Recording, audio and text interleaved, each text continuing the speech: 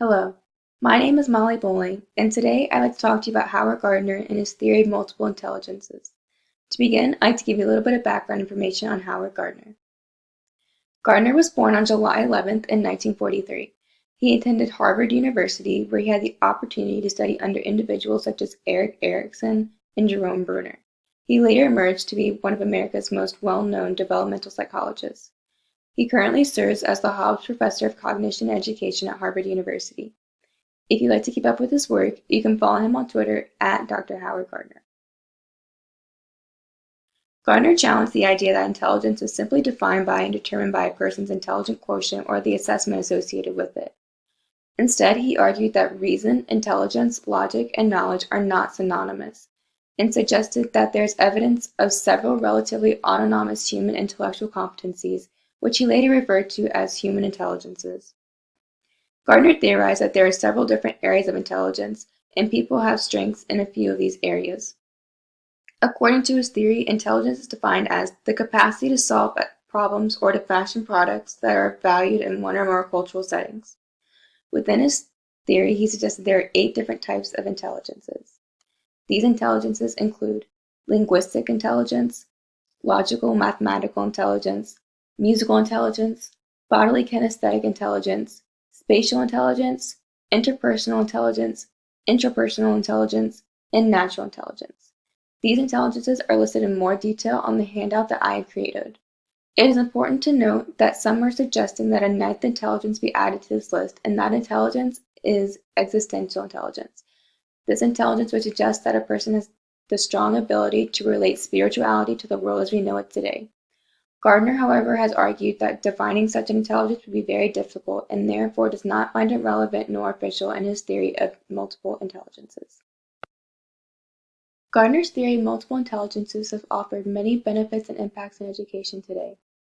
First, with little to no restriction in age or subject matter, we can see Gardner's theory being applied in classrooms ranging from ages pre-kindergarten to adult education. This suggests that Gardner's theory is applicable in almost any settings and is available to almost any teacher. Next, Gardner's theory encourages the use of differentiation in curriculum, instruction, and pedagogy. Instead of solely relying on lectures and textbooks to communicate information, teachers are now using elements of experiential learning and active learning through models such as TPR and TPRS to help facilitate learning. In her blog post for the Cornerstone University, Herndon writes, "When educators are given the freedom to move away from traditional, visually based methods of teaching, they will have the opportunity to reach more students more effectively. By teaching to the dominant learning intelligences, teachers will find students to be more productive, more receptive, and more willing to engage in the learning process." Finally, I would argue that Gardner's theory of multiple intelligences fosters a sense of diversity within its users. When students have the opportunity to explore their skill sets and their interests, they can develop diverse interests and capabilities, which can lead to various career paths and fields of study.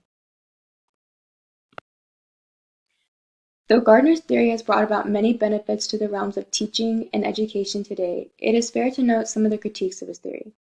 First, some argue that it simply isn't practical to require teachers to create and deliver lessons that appeal to all 8 different types of intelligences, especially in the short amount of time period that teachers have to deliver a single lesson or a unit.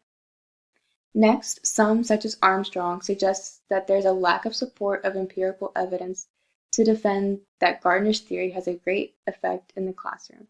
This means that not enough studies have been conducted, nor has enough data been provided to scientifically defend Gardner's theory. Finally, I personally question the reliability of the assessments available to determine one's strong suits in the different types of intelligences.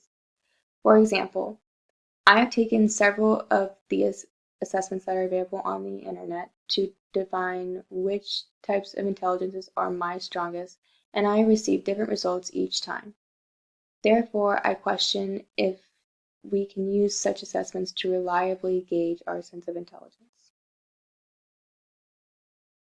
In summary, Howard Gardner challenged the way we define the concept of intelligence by suggesting there are several types of intelligences and one simply has stronger suits in different areas. While this has helped transform the way teachers design and instruct lessons, with little scientific evidence to defend it, it is questioned if Gardner's theory is reliable. This concludes my presentation on Howard Gardner. Thank you so much for watching and have a blessed day.